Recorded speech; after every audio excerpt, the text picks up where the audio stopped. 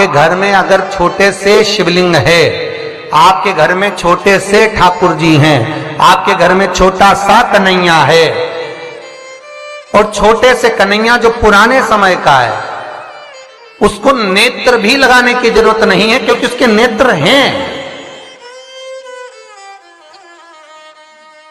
और मान लो तुमने इतना बड़ा कन्हैया ले लिया तो, अरे बोलो तो जम के जरा, और उसका कोई एक नेत्र कहीं गिर गया, एक नेत्र कहीं चले गया, तो फिर दूसरा नेत्र लगाना पड़ेगा कि नहीं लगाना पड़ेगा? और अगर एक नेत्र पर रखोगे तो अच्छा लगेंगे कि ठाकुर जी? नहीं। तो नेत्र होना, जितनी बड़ी मूर्ति होती है, जितना बड़ा स्वरूप होता है, जितना बड़ा शिवलिंग होता है, जितनी बड़ी मूर्ति की स्थापना होती है, उतनी उसमें सेवा की और भाव की जरूरत पड़ती है। और पार्थिव शिवलिंग हो, चाहे घर में शिवलिंग हो, घर में कोई भी मूर्ति हो, वो अंगुष्ठ की आकृति से बड़ी ना हो महाराज। बस इतना बड़ा स्वरूप शंकर का, इतना बड़ा स्वरूप कृष्ण का, इतना बड़ा स्वरूप राम का, तुम्हारे घर में जो भगवान है उसका स्वरूप इतना बड़ा हो। और पुराने हैं और कोई बड़ा स्वरूप है तो पूजन करो, मना नहीं है। अगर पुराना स्वरूप रखा है तो उसको कहीं देकर नहीं आना, आपने को कहीं उनको ठंडा नहीं करना, उनका विसर्जन नहीं करना, रखा है अब सेवा करो। पर कोई नई पूजन अगर बढ़ा रहे हो और कोई तुमसे करे मंदिर बनाओ, इतना बड़ा शिवलिंग का निर्माण करो, तो कहते ना महाराज जी हम तो छोटा ही भला।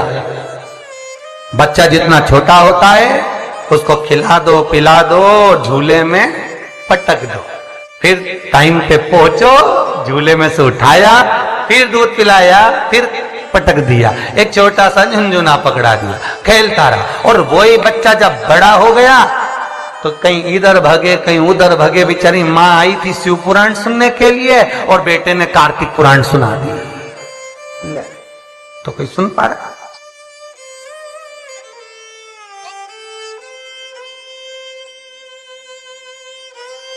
छोटा रहेगा उसकी सेवा।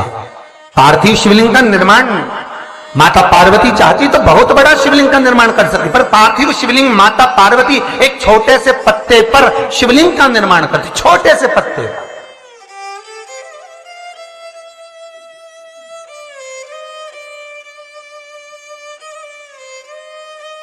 महाराज ध्यान दीजिएगा,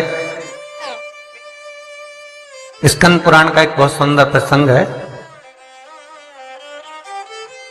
केल के पत्ते पर, बड़ के पत्ते पर, पीपल के पत्ते पर, बेलपत्री के पत्ते पर शिवलिंग के निर्माण का अलग अलग फल है महाराज, उसका स्मरण करिए जरा। महाराज केल के पत्ते पर, जब केल का जो पत्ता होता है उस केल के पत्ते पर जब कोई विशेष तीज की तिथि पड़े, कौन सी तिथि हो? तीज हो, जैसे हरतालिका तीज हो, कोई छोटी तीज, बड़ी तीज, और यदि आप तीज के दिन केल के पत्ते पर शिवलिंग का निर्माण कर कर उसकी पूजन अर्चना करते हैं, उसका स्मरण कर कर रात होने से पहले विसर्जन करते हैं, तो नारी की अखंड सौभाग्यता रहती है। दूसरा क्रम, बड़ के पत्ते पर जो शिवलिंग का निर्माण करा जाता है वो दोपहर के समय के बाद, जो समय 4 बजे से लेकर 6 बजे तक रहता है, बड़ के पत्ते पर उस शिवलिंग का निर्माण करा जाता है, छोटे से पार्थिव शिवलिंग का। ये काय के लिए होता है? तो कहा ये रोग मुक्ति के लिए होता है। कोई व्यक्ति बहुत रोगीला है और एक रोग के साथ उसके 4 रोग घिर रहे हो, मान लो उसको शुगर भी है, बीपी भी है, ये भी है, वो भी है, और उसको वो चीज, मान लो कोई व्यक्ति है उसका ऑपरेशन होने जा रहा है, एक सहज भाषा में लीजिए, और उसका बीपी ऊंचा नीचा हो रहा है, उसकी शुगर ऊपर नीचे हो रही है, तो क्या करना है अपन को? बड़ का जो पत्ता होता है उस व्यक्ति से उस बड़ के पत्ते के ऊपर शिवलिंग का निर्माण कराकर उसकी पूजन शाम को 4 बजे से लेकर 6 बजे के बीच में कराकर उसका विसर्जन कर दीजिए। फिर ना तो उसकी शुगर ऊपर जाएगी ना नीचे जाएगी, ना बीपी ऊंचा ना नीचा, उस व्यक्ति का आराम से ऑपरेशन करवा सकते। 24 घंटे के लिए उसके रोग को शिव अपने हाथ में ले लेता है। बड़ का पत्ता महाराज, इसकी कोई तिथि नहीं है, इसका कोई समय नहीं, इसका कोई पल नहीं, इसकी कोई घड़ी नहीं। तीसरा, पीपल का पत्ता, पीपल का पत्ता। जो बच्चा गलत कर्म में डूब रहा हो, तुम्हें लग रहा है कि ये बालक गलत जगह जा रहा है, व्यसन में डूब रहा है, मदिरापान में, मांसाहार में, वेश्यावृत्ति में, या चिड़चिड़ प्रवृत्ति हो रही है, या इसकी मति भ्रष्ट हो रही है, गंदी जगह पर जा रहा है, तुम्हें लग रहा है ये लाइन से भटक रहा है, तो पीपल के पत्ते पर भगवान शिवलिंग का निर्माण कर कर उसकी पूजन अर्चना करी जाती है, और उसी बालक का नाम लेकर तब उसका स्मरण कर विसर्जन किया जाता है। ये सुबह 10 बजे से लेकर 12 बजे के बीच में हो, कोई भी तिथि, कोई भी दिन, कोई भी बार, कोई भी समय, कोई भी तिथि पर समय एक निश्चित है, सुबह 10 से 12। महाराज चौथा क्रम कहा है? बेलपत्री के पत्ते की मध्य भाग। आप विचार करिएगा, बेलपत्री का पत्ता कोई इतना बड़ा तो होता नहीं, बेलपत्री का पत्ता होगा ज्यादा से ज्यादा एक हथेली के बराबर होगा, और बड़ा होगा तो और ज्यादा बड़ा होगा पत्ता।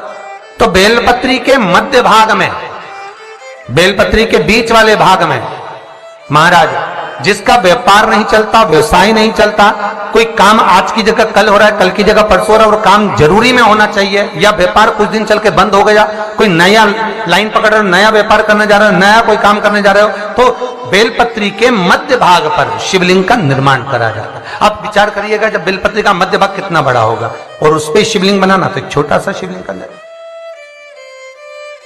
मध्य भाग में शिवलिंग का निर्माण महाराज ये केवल शिवरात्रि के दिन होता है। 12 महीने की जो भी शिवरात्रि हो, किसी भी शिवरात्रि पर आप उस बेलपत्री के मध्य भाग पर शिवलिंग का निर्माण कर कर अपना पैसा अगर डूब भी गया है, उसको पाने के लिए, अपने धन को वापस लाने के लिए आप इस शिवलिंग का निर्माण कर कर आप इसका विसर्जन कर सकते हैं। अब इसकी समय सीमा कुछ भी नहीं, बस सूर्य अस्त होने से पहले इसका निर्माण हो और इसका पूजन होकर स्कंद पुराण और लिंग पुराण के अंतर्गत इसका भाव है। जी बाबा जो नाथ द्वारा में विराजते हैं, कहां रहते थे?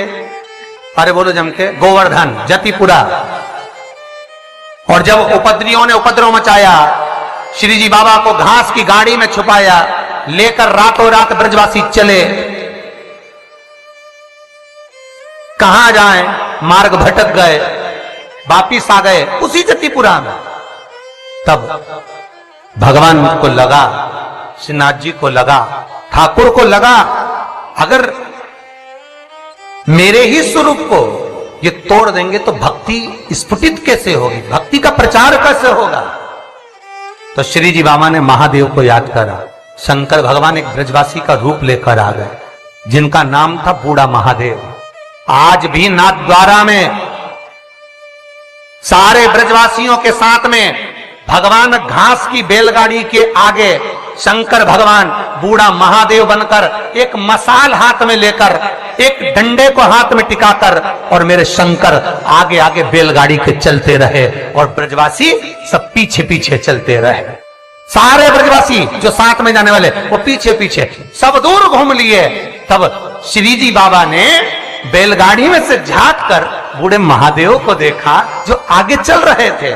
उनको देखकर कहा, कहां रुकना है? बूढ़ा महादेव कहते हैं, बस यहीं रुकना है, बस यहीं। आज भी नाथ द्वारा में बूढ़ा महादेव है, और नाथ द्वारा में श्रीनाथ जी का दर्शन करने जाओ तो बूढ़ा महादेव का जरूर दर्शन कर कर आना, नहीं तो श्री जी बाबा राजी नहीं होते, भले तुम परम भगवती वैष्णव क्यों ना हो। कई लोग कहते हैं हम शंकर जी के मंदिर नहीं जाते, पर जब तक नाथ द्वारा में जाओ और बूढ़ा महादेव का दर्शन ना करो तो श्रीनाथ जी प्रसन्न नहीं होते। जैसे तिरुपति गए, तिरुमाला में दर्शन करे वेंकटेश भगवान के, और कपिलेश्वर नहीं गए तो भगवान नारायण प्रसन्न नहीं होते। उसी तरह मेरा बूढ़ा महादेव आज भी वहां पर विराजत, जो श्रीनाथ जी को नाथ द्वारा तक ले गया।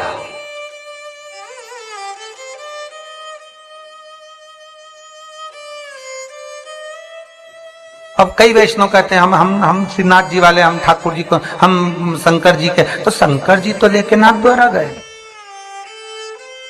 बाबा स्वयं आगे मसाल जला के ले जा रहे, चलो। और अंदर से ठाकुर जी पूछ रहे कहां रुकूं, तो बस यहीं, जहां बोले वहीं रुकना, क्यों चिंता करना। जब मेरे ठाकुर जी को पूतना दूध पिलाई, भगवान ने बहुत प्रेम से पिया। और जब भगवान को विष देने लगी तो ठाकुर जी को जैसे ही मुख में दूध की जगह विष दिया, ठाकुर जी ने नेत्र बंद कर लिए। कई कथाकारों ने कहा भगवान नेत्र इसलिए बंद कर रहे हैं कि उसको पूतना को पहचान रहा है। तो सब भगवान को पहचानने की क्या जरूरत थी? भगवान जानते थे ये रत्नमाला है, राजा बलि के दरवाजे पे मिली थी। पर भगवान ने नेत्र क्यों बंद करा था? शिव महापुराण की कथा कहती है भगवान नेत्र बंद कर कर पूतना के स्तनों का दूध मुख में रहकर भगवान नेत्र इसलिए बंद करे थे कि शंकर जी को याद कर रहे थे कि हमने तो हमेशा अमृत पिया है, विष तुम्ही ने पिया है, ये मुझे विष पिलाने आई, जल्दी से आओ और मेरे कंठ पर बैठ जाओ। और शंकर भगवान आकर कृष्ण भगवान के कंठ पर बैठ गए और सारा विष शिव पी गए।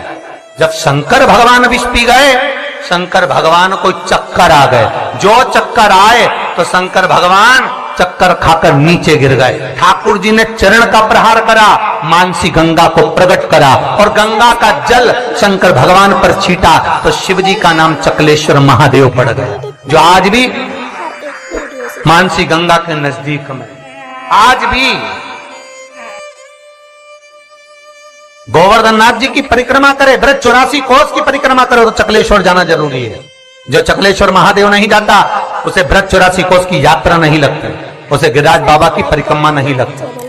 कई लोग कहते हैं हम तो गोवर्धन नाथ जी जाते हैं, हम तो गिरिराज जी की परिक्रमा करने जाते हैं। हाँ, हम तो गए थे गुरु जी पर हमारा ये काम। क्यों तुम चकलेश्वर नहीं गए होगे? चकलेश्वर जाते, परिक्रमा मार्ग में पड़ता है चकलेश्वर मानसी गंगा का। एक बार चकलेश्वर का दर्शन करते और फिर गोवर्धन नाथ जी से कहते तो बाबा सुनते, क्योंकि उनकी जल्दी सुनी।